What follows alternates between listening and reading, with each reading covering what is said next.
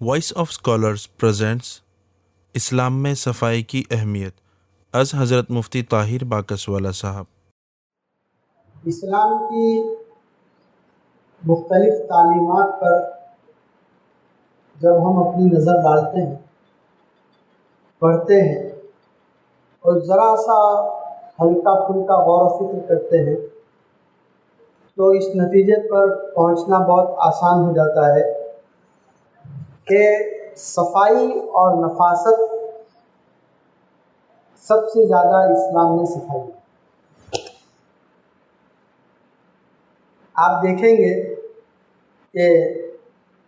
اسلام نے ہمیں یہ تعلیم دی کہ وضو کرتے وقت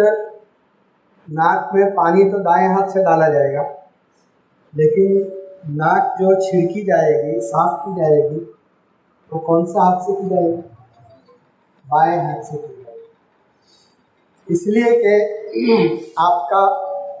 دایاں ہاتھ کھانا کھانے میں استعمال ہوتا ہے،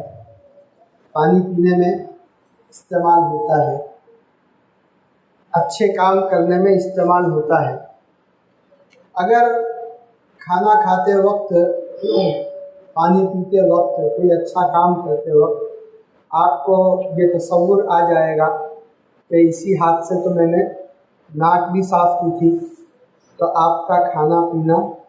دوبھر ہو جائے گا، عذاب ہو جائے گا۔ اس لیے اسلام نے یہ تعلیم دی کہ پانی تو آپ دائیں ہاتھ سے ڈالیں، لیکن ناک چھڑکنی ہو، ناک صاف کرنی ہو تو بائیں ہاتھ سے کریں۔ اسی طرح سے اسلام نے کھانا کھانے کا حکم تو دیا دائیں ہاتھ سے، اور استنجے کے لیے بایاں ہاتھ بتایا، اور دائیں ہاتھ سے استنجا کرنے سے منع کر دیا۔ اس لیے منع کیا، وہاں پر شبہ وہی لکھتے ہیں کہ انسان کو اگر کھانا کھاتے وقت یہ تصور آ جائے کہ اسی ہاتھ سے تو میں نے استنجا کیا تھا، ناپاکی دور کی تھی، تو اس کا کھانا دوبھر ہو جائے گا۔ یہ اسلام نے تعلیم دی، اسلام کے علاوہ کسی اور مذہب میں یہ باتیں نہیں ملے گی۔ یہ نفاست کا اونچے سے اونچا معیار، اس سے اونچا کوئی معیار نہیں ہو سکتا۔ حالانکہ کب آپ نے استنجا کیا اور کتنے گھنٹے کے بعد کھانا کھا رہے ہیں، کئی گھنٹے بیچ میں ہوتے ہیں، لیکن اس کے باوجود اسلام نے آپ کو اس کی اجازت نہیں دی، باقاعدہ اس کو مذہب کا حکم درجہ دیا، باقاعدہ اس کی تعلیم دی، اس کو ریکارڈ پر لیا گیا۔ ٹھہرے ہوئے پانی کے اندر پیشاب کرنے سے حضور نے منع فرمایا، ٹھہرے ہوئے پانی میں پیشاب مت کرو، نہا عن البول فی الماء الراکد او کما قال علیہ الصلوۃ والسلام۔ کیوں ٹھہرے ہوئے پانی میں پیشاب کرنے سے منع کیا؟ اسی لیے کہ وہ ٹھہرا ہوا پانی ہے، آپ اس کے اندر پیشاب کریں گے تو جہاں ایک طرف وہ پانی ناپاک ہو جائے گا تھوڑا ہونے کی صورت میں، وہیں اس کی وجہ سے مختلف بیماریاں پھیلیں گی۔ دنیا کو تو پولیوشن اور کثافت کا لفظ برسہ برس کے بعد پتہ چلا ہے، اور اسلام نے تو پہلے ہی دن سے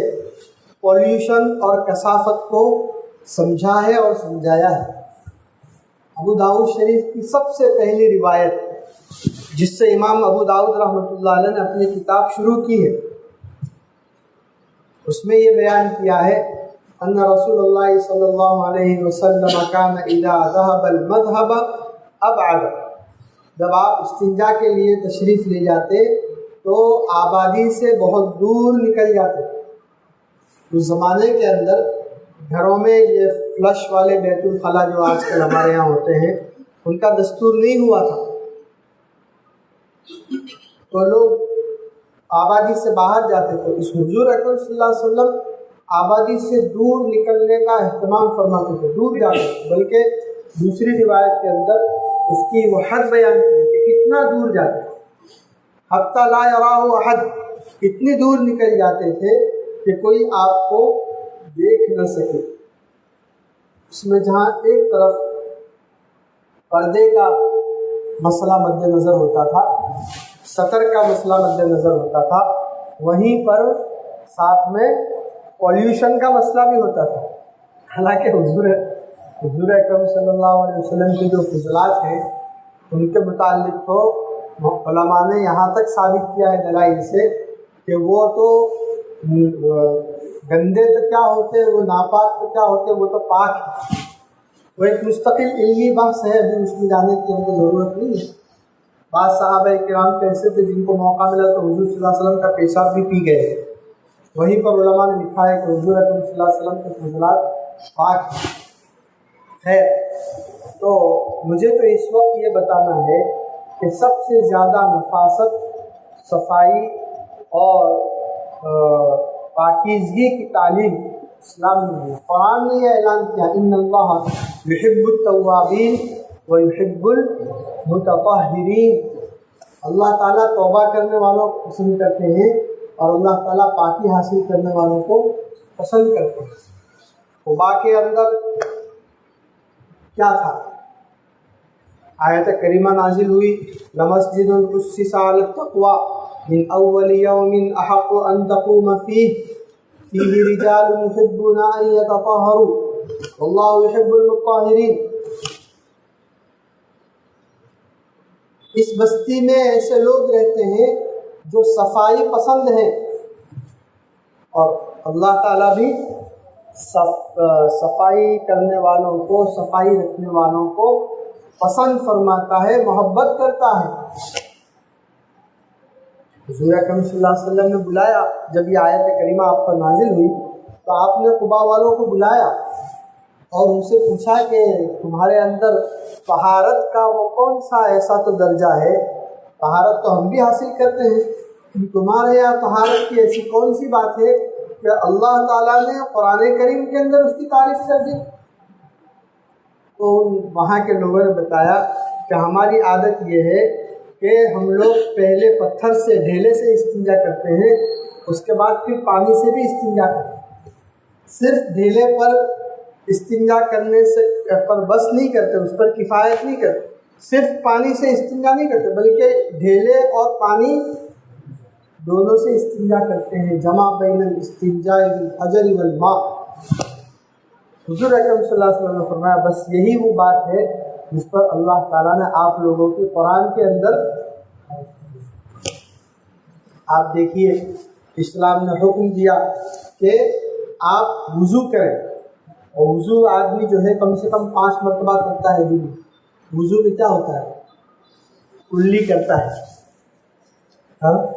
ناک میں پانی ڈالتا ہے، جو گندگیوں کی جگہ ہے وہ ہاتھ دھوتا ہے، پاؤں دھوتا ہے، سر کا مسح کرتا ہے۔ اور حضور اکرم صلی اللہ علیہ وسلم کے غسل کی جو کیفیت احادیث شریفہ کے اندر بیان کی گئی ہے، اس کے اندر آپ کو ایک جملہ خاص طور سے ملے گا کہ بدن کے وہ حصے جہاں عام طور پر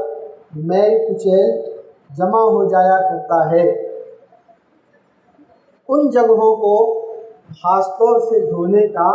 حضور صلی اللہ علیہ وسلم اہتمام فرماتے۔ بدن کے ان حصوں کو خاص طور سے دھوتے تھے جن میں میل کچیل جمع ہو جاتا ہے، اور آدمی اگر خصوصی توجہ سے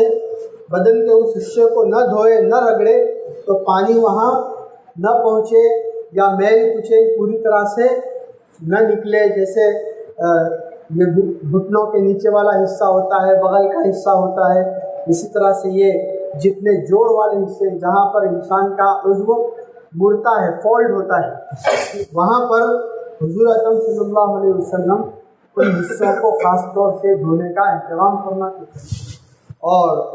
ایک روایت میں آپ کو یہ معلوم ہوگا کہ جب حضور اکرم صلی اللہ علیہ وسلم غسل فرماتے تھے تو چونکہ آپ بڑے بال رکھنے کے عادی تھے، ہمیشہ زلفیں رکھتے تھے، بڑے بال، لمبے بال رکھتے تھے، آپ صلی اللہ علیہ وسلم جو ہے اپنے بالوں کو بڑے اہتمام سے دھوتے تھے، اتنے اہتمام سے دھوتے تھے کہ بدن کے کسی بال کی کسی جڑ کے اندر بھی پانی پہنچنا رہ نہ جائے۔ یہ ساری چیزیں کھانے سے پہلے ہاتھ دھونا سکھایا گیا، کھانے کے بعد ہاتھ دھونا سکھایا گیا، مسواک کا اتنا زبردست اہتمام کروایا گیا۔ اور آپ کو پتہ ہے کہ یہ جو انسان کے جسم کے اندر غیر ضروری بال ہوتے ہیں، بغل کے بال، منہ زیر ناف، تو یہ ساری چیزوں کو باقاعدہ ہر ہفتے اگر صاف کیا جائے، ان کی صفائی کی جائے تو وہ پسندیدہ ہے، مستحب ہے۔ اور 40 دن سے زیادہ تو رکھنے کی اجازت ہی نہیں ہے، یعنی 40 دن اس کی آخری حد بتائی گئی کہ اس سے زیادہ آپ نہیں رکھ سکتے، لیکن اس سے زیادہ اگر آدمی رکھے گا تو پھر وہ گندگی کا ایک مسئلہ ہو جائے گا۔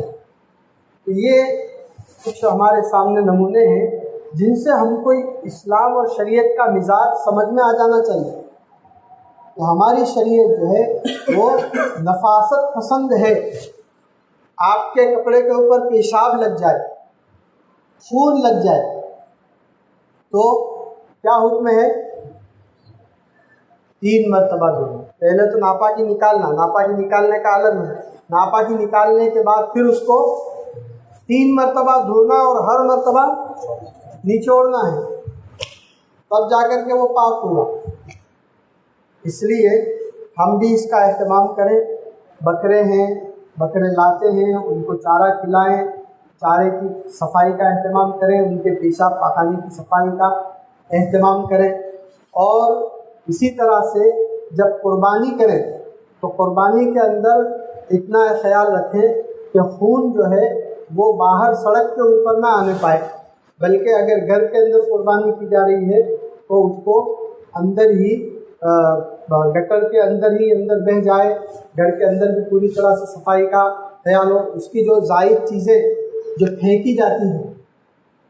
اوجڑی وغیرہ عام طور پر ہمارے یہاں پھینک دی جاتی ہے، حالانکہ وہ بھی صفائی کرنے کے بعد استعمال کی جا سکتی ہے، کرنی چاہیے، لیکن بہرحال اگر پھینکنا ہی ہے تو اس طرح سے کھلے عام باہر سڑکوں کے اوپر نہ ڈال دیں کہ آنے جانے والوں کو کئی دنوں تک بدبو کا احساس ہو، بلکہ اگر اس کو پھینک ہی دینا ہے تو باقاعدہ اس کے لیے پہلے سے گڑھے کا انتظام کرے، یا تو ہر آدمی اپنے طور پر کر لے، یا جیسے بعض محلوں کے اندر ہوتا ہے کہ پورے محلے کے لیے ایک بڑا کھڈا پہلے سے کھود دیا جاتا ہے اور پھر اس کو بند کر دیا جاتا ہے۔ جو بھی شکل ہو، بہرحال اس کو اختیار کرنا چاہیے۔ اس موقع پر عام طور پر مسلمانوں کی طرف سے یہ تاثر غیروں کے اندر جاتا ہے کہ بہت گندگی کرتے ہیں اور بہت گوجواڑا کرتے ہیں۔ اس طرح کا تعصب جو ہے اگر ہماری طرف سے جائے تو یہ ہم لوگوں کے لیے بڑے افسوس کی بات ہے۔ جس مذہب کے نبی نے نفاست کا اتنا اعلیٰ معیار ہم کو دیا ہو، جس کے کچھ نمونے صرف میں نے آپ کے سامنے پیش کیے، صرف نمونے ہیں، ابھی اور تفصیلات کرنا چاہے تو پتہ نہیں کیا کیا چیزیں ہمارے سامنے آ سکتی ہیں۔ اتنے اعلیٰ معیار کی نفاست سکھانے والا نبی اگر اس کے متبعین، اس کے امتیوں کے اوپر دوسروں کی طرف سے یہ کہا جائے کہ یہ گندگی کرتے ہیں، گندگی پھیلاتے ہیں، بدبو پھیلاتے ہیں، تو یہ ہم لوگوں کے لیے افسوس کی بات ہے۔ اس لیے اس موقع پر ہم خود بھی اس کا اہتمام کریں، دوسروں تک یہ بات آپ جس طرح پہنچا سکیں، تحریری شکل میں یا تقریر کی شکل میں، آپ ایسا پروگرام کر سکتے ہیں۔ چھٹی کے وقت میں 2-3 کی جماعت بنا کر کے مختلف گھروں میں جا کر کے ملاقاتیں کریں اور ان کو یہ بات پہنچائیں کہ ہمیں ہمارے بڑوں کی طرف سے ذمہ دار بنایا گیا ہے یہ بات پہنچانے کا۔ اس موقع پر ہم آپ سے یہ ریکویسٹ کرتے ہیں کہ آپ اپنے گھر کے اندر، اپنے محلے کے اندر صفائی کا اہتمام کریں، پاکیزگی کا اہتمام کریں۔ اللہ تعالی ہم سب کو اور پوری امت کو عمل کی توفیق عطا فرمائے۔ ہر قسم کی گندگیوں سے، تعفن سے، بدبو سے اللہ تعالیٰ بچنے کی ہم سب کو توفیق عطا فرمائے۔ آخر دعوانا الحمدللہ رب العالمین۔ نئی ویڈیوز کے اپڈیٹس کے لیے ہماری YouTube channel Voice of Scholars پر سبسکرائب کریں۔